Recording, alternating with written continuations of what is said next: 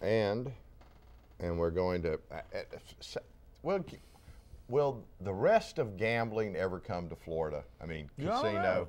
I mean, to all of Florida, well, not just the Seminole Indians have it going on in Broward County. Yeah, and they don't want. I mean, by the way, there was an article yesterday published on the web about Atlantic City is really taking it because there's so much more competition, and their revenues were down, way down double digits, and of course, New Jersey is thinking about letting casinos be closer to New York City, and so anyway, they got some trouble in Atlantic City.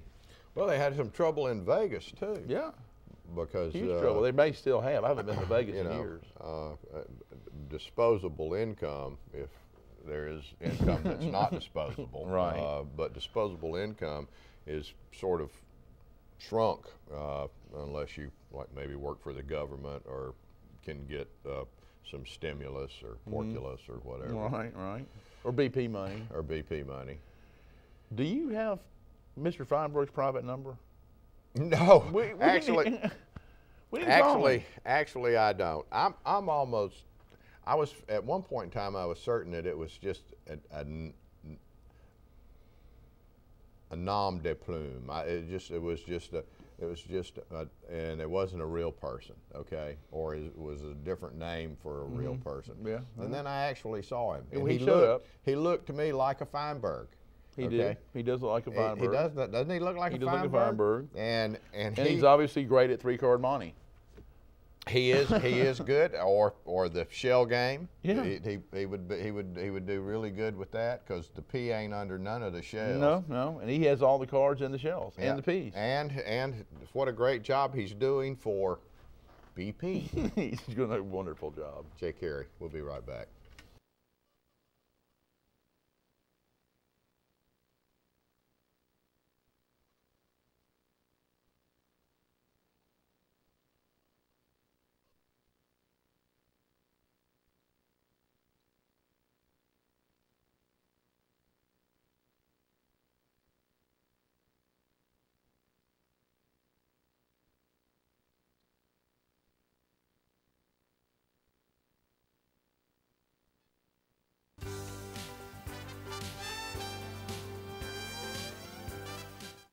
Welcome back.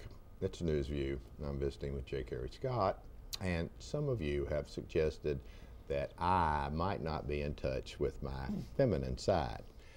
I wanted to suggest to you that that is just so far from the truth. Right, Jeff? I mean, you're with me every day. I almost went into the women's restroom. I like it. See? I mean, it's a caring and sensitive. You're like a man of the millennium, caring and sensitive. Thank you. Coming from you, I take that as a great compliment. Yes.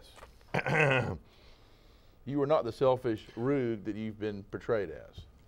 Thank you. See? We know where the real rude is, don't we? That's right. He's out there at the Saltwater Grill and wearing his office.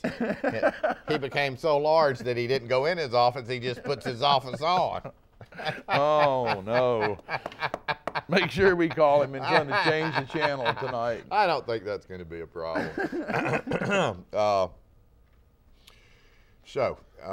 As we come into the season, the fact that school closed early, I thought was good, but subsequently it will open early. I can't figure out schools. Noah Squale. I don't know.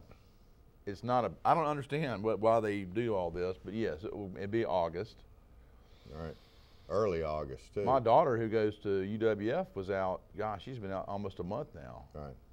Well, the colleges still have, there's still some dependability on whether they're on a trimester or a quarter or a semester. Right. There's still some dependability. You know when final exams are going to be. You know when the break's going to be, and it doesn't change from year to year. It just doesn't change. I know that because my sons went to college, and they told me, and it was, of course, it was also like a hurricane. Whenever they were going to come out of college, we had to go buy a lot of groceries. Yeah, and get load up beer, keg beer, really, all that stuff. One of them asked me if they minded them having a few friends over. My suggestion to you is, my advice to you is, make them define few. Few, that's right. Is that less than 30? For them, few is about 30. About 30. Right. In which they drink your beverages and eat your food and well, you know, I mean, they have a great time, and you really enjoy seeing them have a great time. At the same time, you really hate them because you're having a great time. You're too old to have 30 a great years younger time. than us. And you try, and every now and then you got enough long-term memory to think about when you were that old. and was that happening for you? And you're thinking, no, that wasn't happening for me. I mean, I didn't. You know, it wasn't. It wasn't like that. I worked for, when I was going to school, started off with Jimmy Hintz at the Piggly Wiggly. You were at the Pig? Yep. All right. On the beach. Okay. Yeah. Mr. Hintz. And then graduated, as I continued to go through college, to Carl Fernandez Liquor Store, which is on the corner of 77 and 231. All right. And we knew when the full moon was. You can always tell. We knew when payday was. That's right. And that drive-through window would crank them out. They still have a few of those places, don't they? Drive-through window places. Yeah, they do. As a matter of fact, when I was, I went to the University of South Carolina, which South Carolina has very archaic liquor laws with mini bottles and all this. Yeah, and yeah, people Alabama I'd brought down here right. could not believe they had a drive-through window at a liquor store. Right. They're like, really? No, I saw one thing on the beach. It's like a drive-through beer barn.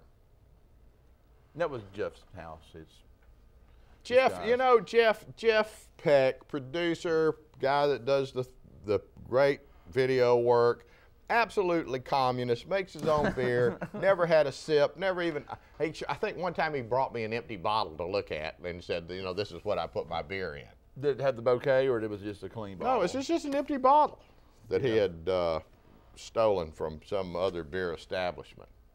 No, but had to buy your own, don't you? Okay, it's got a beer kit. Well, we need to get on board. Yeah, we probably do. Always good to have you on, my friend. Thank you for having me. Yes, sir. Take care. Remember, ladies and gentlemen, I mean, they may be our views, but they're really my views. So, thank you for watching.